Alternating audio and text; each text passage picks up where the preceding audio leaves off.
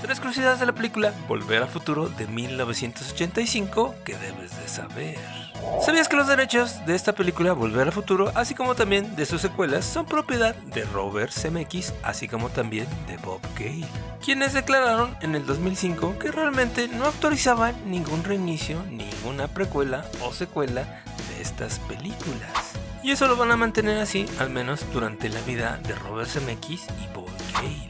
Que obviamente mucha gente no está muy de acuerdo de esta idea, pero para mí creo que es algo realmente positivo. Y hablando precisamente de ellos dos, ¿sabías que recibieron una carta de un admirador, es decir, de John DeLorean? El cual después del estreno de la película les mandó dicha carta para agradecerles por inmortalizar su automóvil. Y la verdad sí, como sabemos, tenía razón el señor DeLorean. Pero lo más curioso del asunto con estos dos, resulta que su guión fue rechazado 44 veces hasta que por fin le dieron luz verde. ¿Volver al futuro son puras mentiras? Número 2. ¿Sabes que más o menos por el 2010, durante una reunión con el elenco, el actor Michael J. Fox dijo que todavía hay mucha gente que lo hace llamar Marty McFly?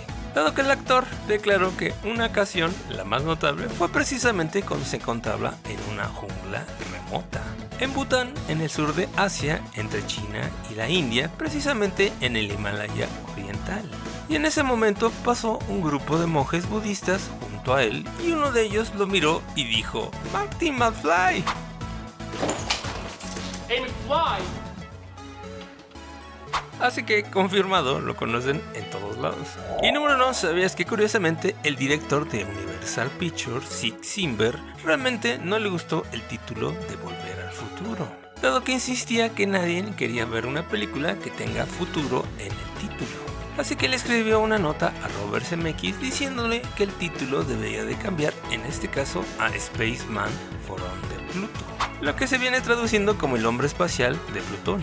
Y esto por la obvia referencia de la relación del chiste de Marty McFly como un extraterrestre en la película.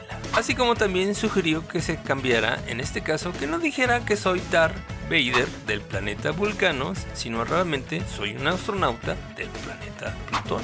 Pero sin embargo, Steven Spielberg le escribió que realmente le agradecía por su memorándum, realmente de broma, que había escrito, que a todos les había divertido bastante.